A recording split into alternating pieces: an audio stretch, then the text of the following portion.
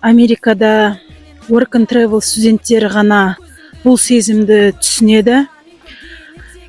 Кешке немесе кешке жақын далаға шығасың, қолыңда пицца, құлағыңда музыка, тыныштық, жаңбыр, тау, ағаштардың ортасында, тап бір киноға түсіп қалған сезімдесің, бір подростық сияқты сезінесің өзіңді.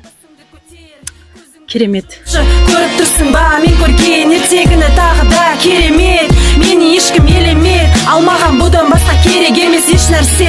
Тең келмес сезімге, мен сезген ештеңке. Бөлінген келсе сөзсіз сиқырға, жаңбыр жауғанда жаяу музыка тыңда, жаяу музыка тыңда.